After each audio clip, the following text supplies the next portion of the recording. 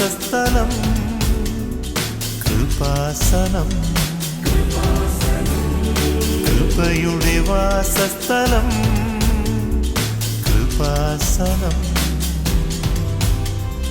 വേദനിക്കുന്നവർക്കെന്നും ആത്മധൈര്യത്തിനഭിഷേകം, വചനത്തിനഭിഷേകം, ആത്മസൗഖ്യത്തിനഭിഷേകം.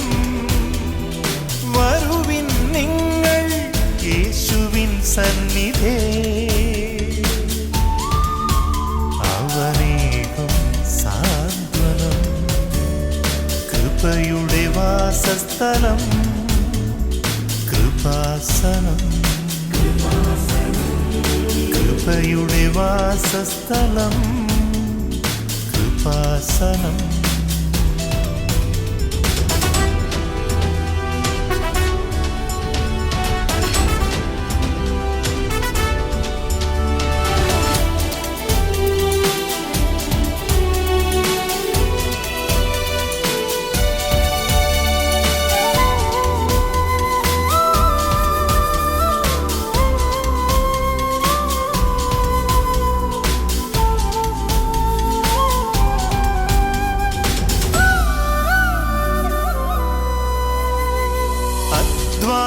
ഭാരത്താലേ തളരുന്ന സോദരേ, സഹനത്തിരമാലയിൽ പതറാതെ മുന്നേറിടാം.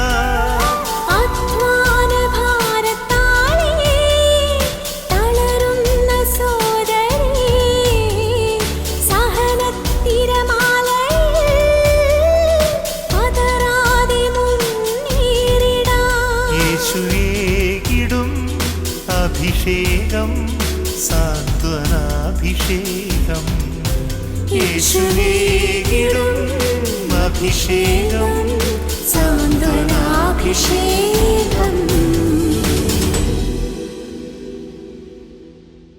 പിതാവിൻ്റെയും പുത്രൻ്റെയും പരിശുദ്ധാത്മാവിൻ്റെയും നാമത്തിൽ ഈശോയിൽ ഏറ്റവും പ്രിയപ്പെട്ട സാന്ത്വനാഭിഷേകം പ്രേക്ഷകരെ,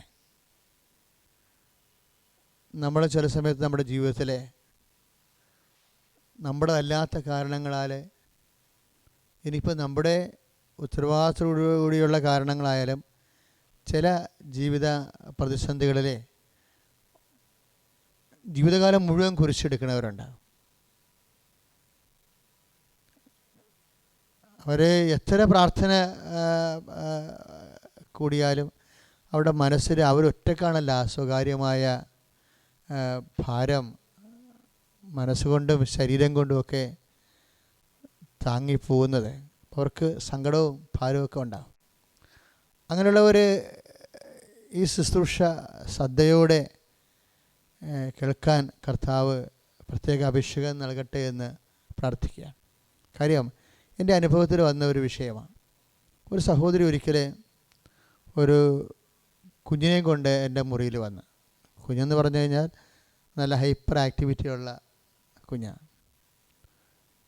ഹൈപ്പർ ആക്ടിവിറ്റിയും പിന്നെ ഓട്ടിസം ഒക്കെ ഉള്ള പലതരത്തിലുള്ള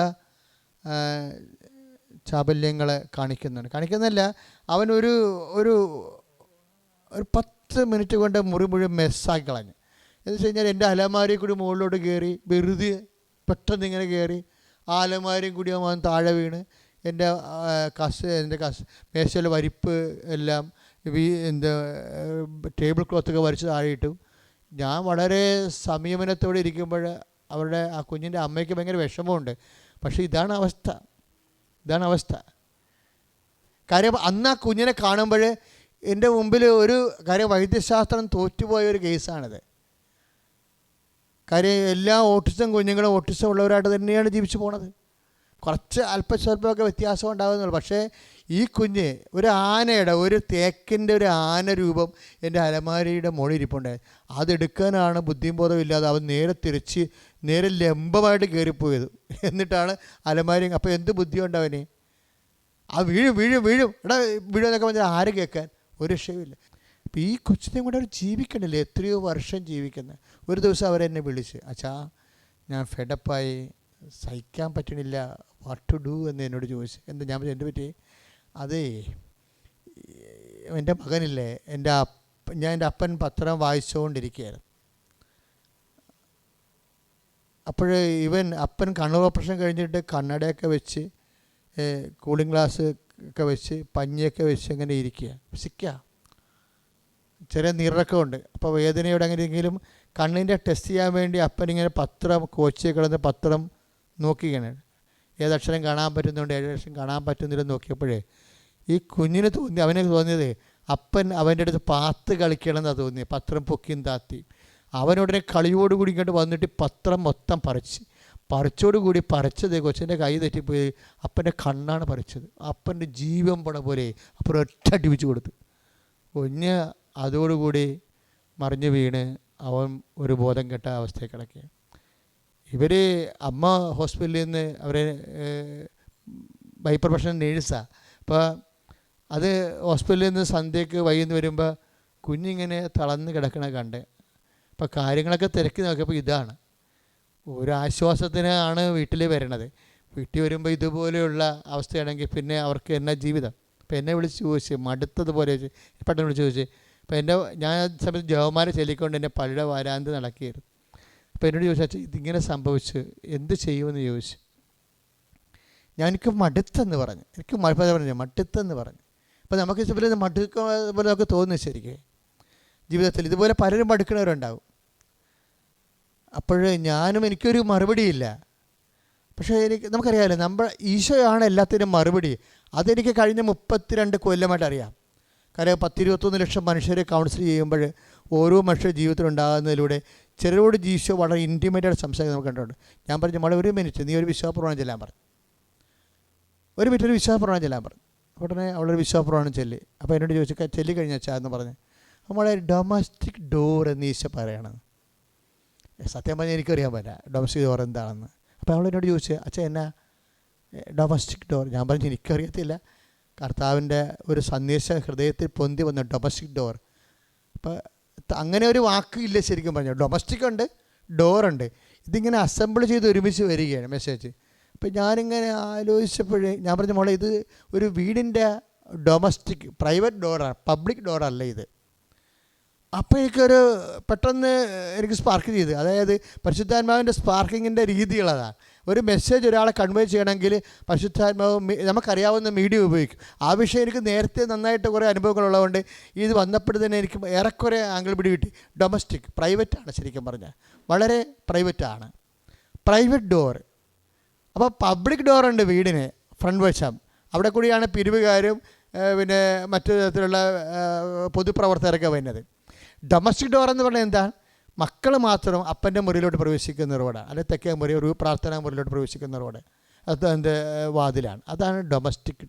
അപ്പോൾ എനിക്ക് മനസ്സിലായപ്പോൾ അപ്പോൾ ഞങ്ങൾ ഒരുമിച്ച് ശ്രദ്ധിച്ചാണ് ഈ വചനം ഈ ഫോണിലൂടെ സംസാരിച്ചുകൊണ്ടിരിക്കുമ്പോൾ സമയത്ത് ഞാൻ പറഞ്ഞു മോളെ ഇവനൊരു ഡൊമസ്റ്റിക് ഡോറാണെന്നാണ് ഈശോ പറയണത്. എന്ന് വെച്ചാൽ നിനക്ക് പൊതുജനങ്ങൾക്ക് വീട്ടിൽ വരാനാ പ്രധാന മുറി വരണമെങ്കിൽ അപ്പോയിൻമെൻറ്റ് മേടിക്കണം, കോളിംഗ് ബെല്ല് അടിക്കണം, സമയം എടുക്കണം, കുറേ സാങ്കേതിക പ്രയാസങ്ങളാണ്.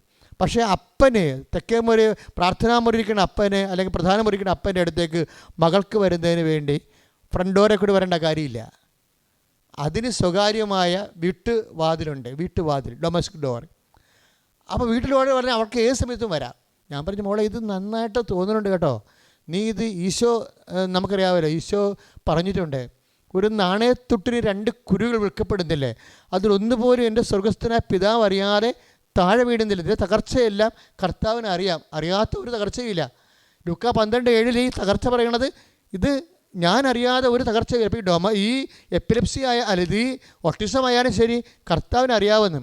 കർത്താവിന് ഈ വിഷയത്തെക്കുറിച്ച് അറിയാവുന്നുള്ള അറിവാണ് നമ്മുടെ ഒരു ആശ്വാസം, വിശ്വാസിയുടെ ആശ്വാസം എന്ന് പറയുന്നത്.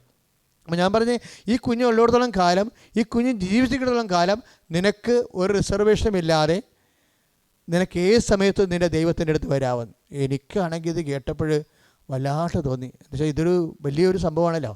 അതായത് ദൈവത്തിൻ്റെ ഒരു പ്രോജക്റ്റ് നമ്മൾ ചെയ്തുകൊണ്ടിരിക്കുകയാണ്.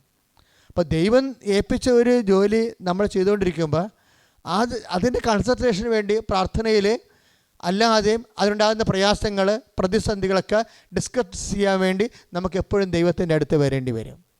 കാര്യം കുരിശെടുക്കുന്ന ആൾക്കാർ എപ്പോഴും പിതാവുമായിട്ട് എപ്പോഴും ഓൺലൈൻ. അതാണ് ഈശോ നമ്മളെ പഠിപ്പിച്ചത്. പിതാവ് ഏൽപ്പിച്ച കുരിശെടുക്കുന്നവർ എപ്പോഴും പിതാവുമായിട്ട് ഓൺലൈനാണ്. അതുകൊണ്ടാണ് ഈശോ പറഞ്ഞത് ആ കാര്യത്തിൽ മടുക്കരുതെന്ന് പറയും. അതുകൊണ്ടാണ് ലൂക്ക 18:1 പറയുന്നത് മടുപ്പ് കൂടാതെ പ്രാർത്ഥിക്കണം. കാര്യം കുരിശിൻ്റെ വിഷയം വെച്ചാണ് നീ, ജീവിതത്തിൻ്റെ ഭാരം വെച്ചാണ് നീ ദൈവത്തോട് പ്രാർത്ഥിക്കുന്നത്. അപ്പോൾ കുരിശ് വിഷയമായത് കാരണം പലപ്പോഴും നിനക്ക് മടുക്കാൻ സാധ്യതയുണ്ട്. അത് മടുപ്പ് കൂടാതെ നീ പ്രാർത്ഥിക്കണം. രാവും പകലും പ്രാർത്ഥിച്ചാൽ തീർച്ചയായിട്ടും അപ്പൻ എപ്പോഴാണെങ്കിലും നിൻ്റെ പ്രാർത്ഥനയ്ക്ക് ഉത്തരം തന്നിരിക്കും. പക്ഷേ അതല്ല, അതിനേക്കാൾ വലിയൊരു കാര്യം ഉത്തരം തരണമല്ല. കാര്യം ഉത്തരം തന്നു എന്ന് പറഞ്ഞൊക്കെ സത്യമാണ്. ഇന്ന് ആ കുഞ്ഞിൻ്റെ മുറി വരുമ്പോൾ ഞാൻ ഓർക്കും അവരെന്ത് സ്മാർട്ടായിട്ട് പഠിക്കുന്നു. ഞാൻ ഒരിക്കലും കണ്ടിട്ടില്ല ഒരു ഓട്ടിസം ബാധിച്ച കുഞ്ഞ് ഇത്രയും റിക്കവർ ചെയ്തിട്ട് നന്നായി പഠിക്കുകയും അവൻ്റെ കപ്പാസിറ്റി നോക്കുമ്പോൾ. അപ്പോൾ ദൈവത്തിന് ഒരു സെക്കൻഡ് മതി നിൻ്റെ ജീവിതം മാറ്റാൻ. ദൈവത്തിനെ ഇതുപോലെ പല പല കുരിശുകൾ എടുക്കുന്ന മക്കളെ അതെല്ലാം കർത്താവിൻ്റെ നാമത്തിൽ വിശ്വാസത്തോടെയും സ്നേഹത്തോടെയും എടുക്കാൻ വേണ്ടി, എല്ലാ നാമത്തിലും കർത്താവിനോട് വിശ്വാസത്തോടെയും സ്നേഹത്തോടെയും എടുക്കാൻ വേണ്ടി, ആ സ്നേഹത്തോടെ എടുത്തുകൊണ്ടെല്ലാം കൃപയാക്കി മാറ്റാൻ വേണ്ടി, കൃപ ദൈവത്തിൻ്റെ ശക്തിയായി ദൈവം തന്നെയായി നമ്മളുള്ളിൽ വസിച്ചുകൊണ്ട് ദൈവത്തിൻ്റെ സ്നേഹത്തിൻ്റെ സാക്ഷികളായി ജീവിക്കാൻ വേണ്ടി, ഇഹത്തിലും പരത്തിലും നിത്യതയിലും ദൈവമഹത്വം കരയേറ്റാൻ വേണ്ടി, മഹത്വത്തോട് ജീവിക്കാൻ വേണ്ടി ദൈവത്തിൻ്റെ സ്നേഹമായ സഹനങ്ങളെ തിരിച്ചറിയാൻ ദൈവം നമ്മളെ സഹായിക്കട്ടെ. യേശുവേ സ്തോത്രം, യേശുവേ നന്ദി, യേശുവേ ആരാധന. ഹല്ലേലൂയ ഹല്ലേലൂയ ഹല്ലേലൂയ. യേശുവേ സ്തോത്രം, യേശുവേ സ്തോത്രം, യേശുവേ സ്തോത്രം, യേശുവേ സ്തോത്രം. യേശുവേ സ്തോത്രം, അതിശക്തമായി സ്തുതിക്കട്ടെ. ഹല്ലേലൂയ ഹല്ലേലൂയ ഹല്ലേലൂയ ഹല്ലേലൂയ. കർത്താവായ ദൈവമേ, കേട്ട വചനങ്ങളെ ഹൃദയത്തിലും ആത്മാവിലും സ്വീകരിച്ചുകൊണ്ട് കർത്താവേ, കൃപയ്ക്ക് മേൽ കൃപയാർജിക്കാൻ, ഞങ്ങളുടെ ജീവിതത്തെ ശക്തീകരിക്കാൻ ആത്മാവിൽ ഞങ്ങളെ അഭിഷേകം ചെയ്യണമേ എന്ന് പ്രാർത്ഥിക്കുന്നു. ഹല്ലേലൂയ ഹല്ലേലൂയ ഹല്ലേലൂയ ഹല്ലേലൂയ ഹല്ലേലൂയ ഹല്ലേലൂയ ഹല്ലേലൂയ ഹല്ലേലൂയ. സ്തുതിക്കട്ടെ. ഹല്ലേലൂയ. യേശുവേ ആരാധന, ദൈവമേ ആരാധന, പരിശുദ്ധാത്മാവേ സ്തോത്രം. ഹല്ലേലൂയ. കൃപയാലേ കൃപയാലനുദിനവും, കൃപയാലേ കൃപയാലേ കൃപയാലനുദിനവും, കൃപയാലേ കൃപയാലേ കൃപയാലനുദിനവും, കൃപയാലേ കൃപയാലേ കൃപയാലനുദിനവും. ബലഹീനതയിൽ ബലമേകി ബലവാനായോ നടത്തിടുന്നു, ബലഹീനതയിൽ ബലമേകി ബലവാനായോ നടത്തിടുന്നു, കൃപയാലേ കൃപയാലേ കൃപയാലനുദിനവും, കൃപയാലേ കൃപയാലേ കൃപയാലനുദിനം. യേശുവേ നന്ദി. ഹല്ലേലൂയ.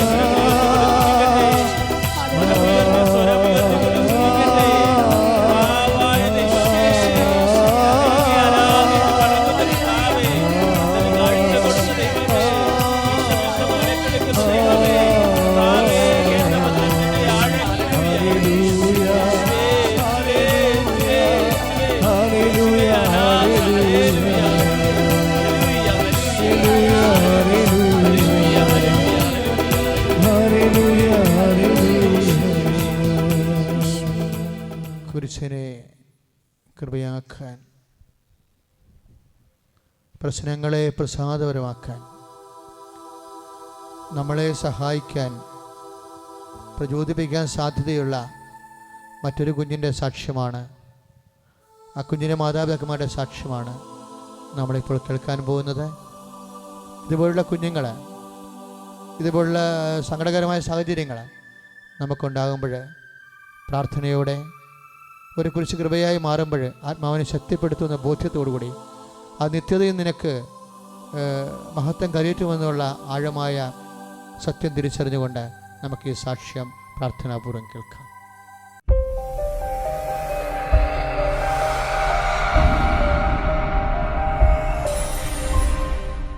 എൻ്റെ പേര് ആൻ്റണി.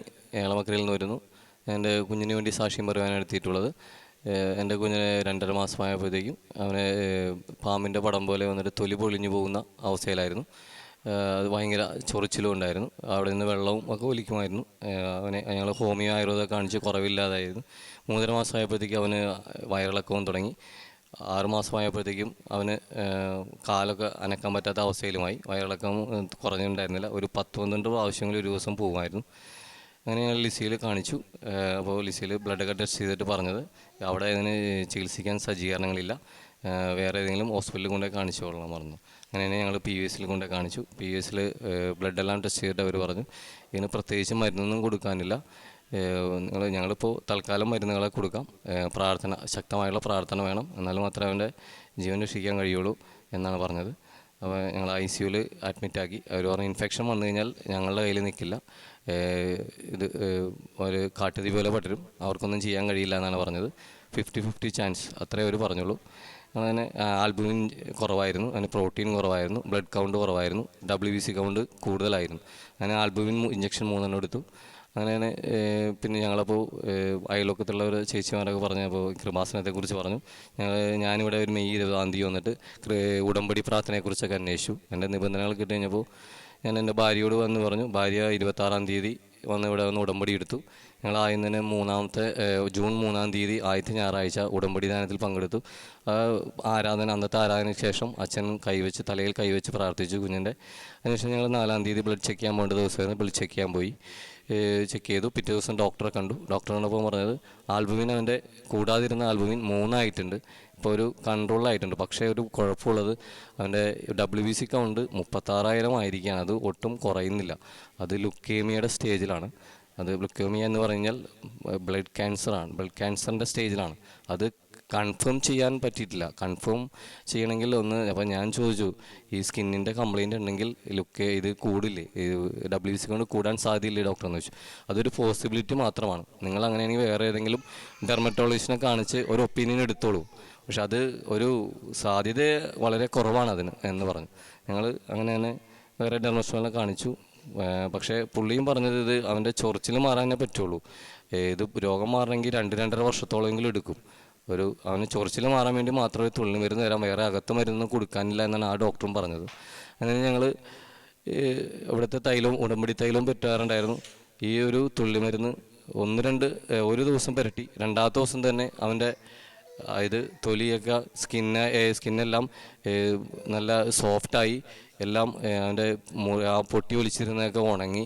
അല്ല ഇപ്പോൾ അവൻ്റെ സ്കിന്നിലൊക്കെ ആ ഒരു ചെറിയ പാടുകൾ മാത്രമേ ഉള്ളൂ, വേറെ ഒരു പ്രശ്നവും. സ്കിന്നെല്ലാം നല്ല സോഫ്റ്റായി, അവൻ്റെ വയറ്റിൽ നിന്ന് പൊക്കെല്ലാം നല്ല ക്ലിയറായി, എല്ലാം സാധാരണ പോലെയായി. അതിന് ശേഷം ഞങ്ങൾ 30-ാം തീയതി ബ്ലഡ് ചെക്ക് ചെയ്തു. ബ്ലഡ് ചെക്ക് ചെയ്തപ്പോൾ എൻ്റെ ആൽബുമിൻ 4.3 ആയി, പ്രോട്ടീൻ 6.3 ആയി, എല്ലാം നോർമലായി. WBC കൗണ്ട് 36,000 ആയിരുന്നത് 12,000 കുറഞ്ഞു. ഇതെല്ലാം മാതാവിൻ്റെയും തിരുക്കുമാരൻ്റെ അനുഗ്രഹമാണ് ഞങ്ങൾ വിശ്വസിക്കുന്നു. ഞങ്ങൾ ദൈവത്തിൻ്റെതാക്കാൻ വേണ്ടി കർത്താവ് ഇവനിലൂടെ ഞങ്ങൾ ഒരുക്കണേന്നാണ് ഞങ്ങൾ കരുതുന്നത്. മാതാവിനോടും ദൈവത്തോടും അങ്ങേയറ്റം നന്ദി അർപ്പിക്കുന്നു.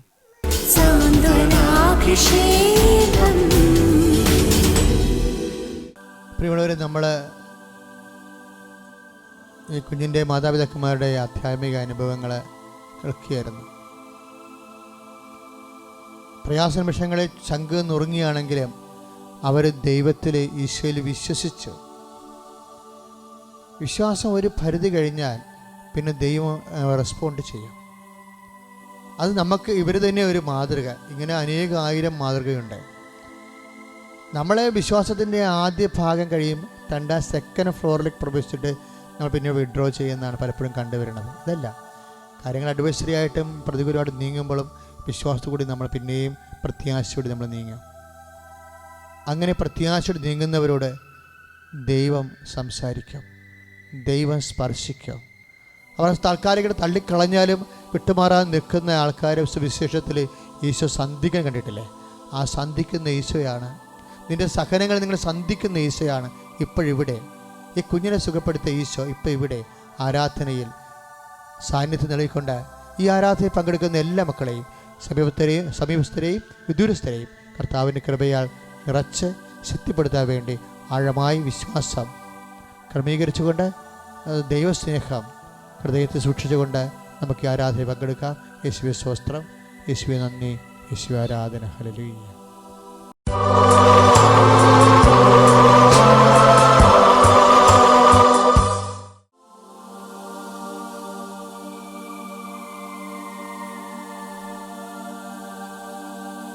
പരിശുദ്ധ പരമ ദിവ്യകാരുണ്യ ഈശോയ്ക്ക് എന്നേരവും ആരാധനയും സ്തുതിയും പുകഴ്ചയും ഉണ്ടായിരിക്കട്ടെ. പരിശുദ്ധ പരമ ദിവ്യകാരുണ്യനാഥന് എന്നേരവും ആരാധനയും സ്തുതിയും പുകഴ്ചയും ഉണ്ടായിരിക്കട്ടെ. പരിശുദ്ധ പരമ ദിവ്യകാരുണ്യ ഈശോയ്ക്ക് എന്നേരവും ആരാധനയും സ്തുതിയും പുകഴ്ചയും ഉണ്ടായിരിക്കട്ടെ.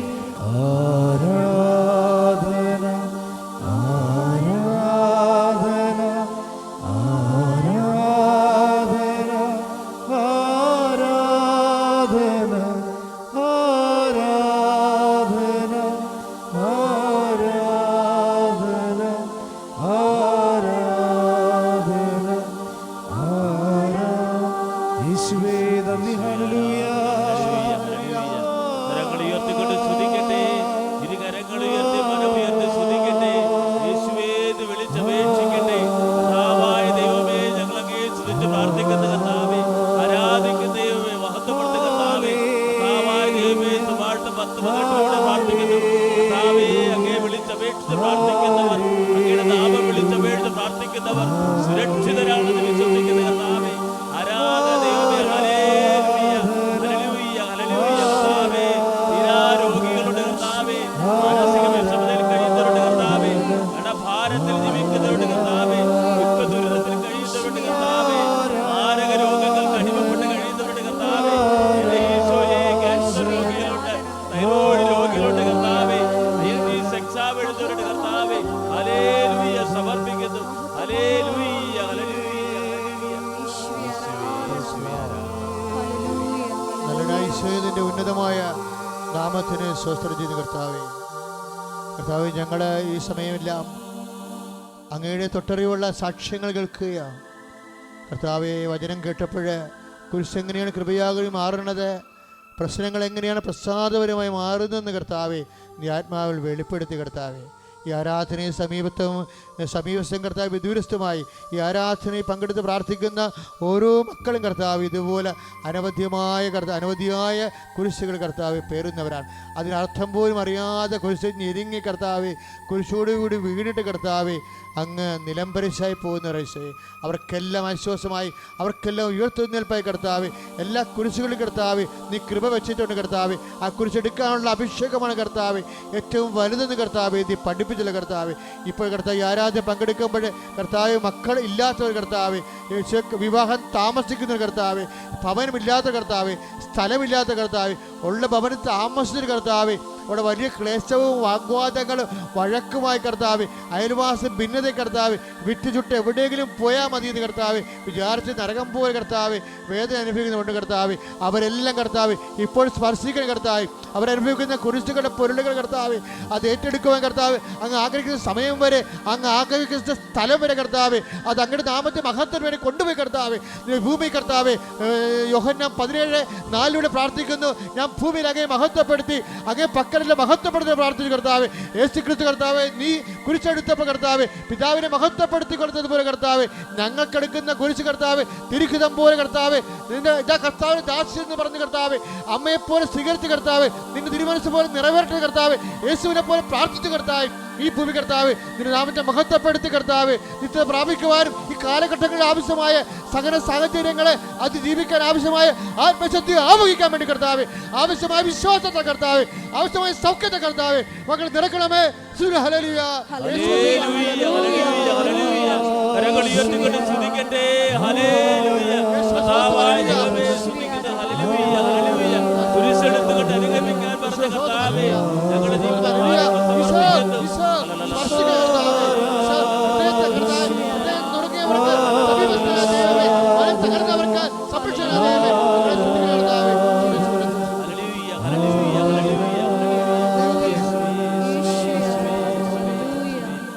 യേശുവേ സ്തോത്രം, യേശുവേ നന്ദി, യേശുവേ ആരാധന. നമുക്ക് ആശീർവാദം സ്വീകരിക്കാം. ഭക്തിയോടെ പ്രാർത്ഥന. ദൈവമുള്ളവരെ, ഈശോ നമ്മളെ ആശീർവദിക്കാൻ പോവുകയാണ്. വഴിയും സത്യവും ജീവനുമായ ദൈവം നമ്മളെ ആശീർവദിക്കാൻ പോവുകയാണ്.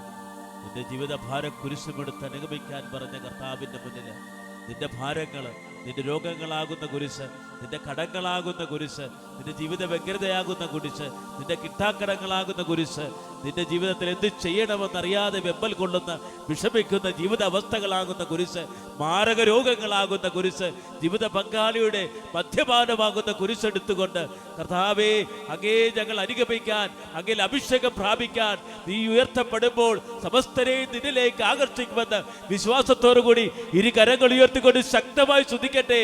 ഹല്ലേലൂയ, ഹല്ലേലൂയ, ഹല്ലേലൂയ. കർത്താവേ, ഞങ്ങളെ ആശീർവദിക്കണമേ.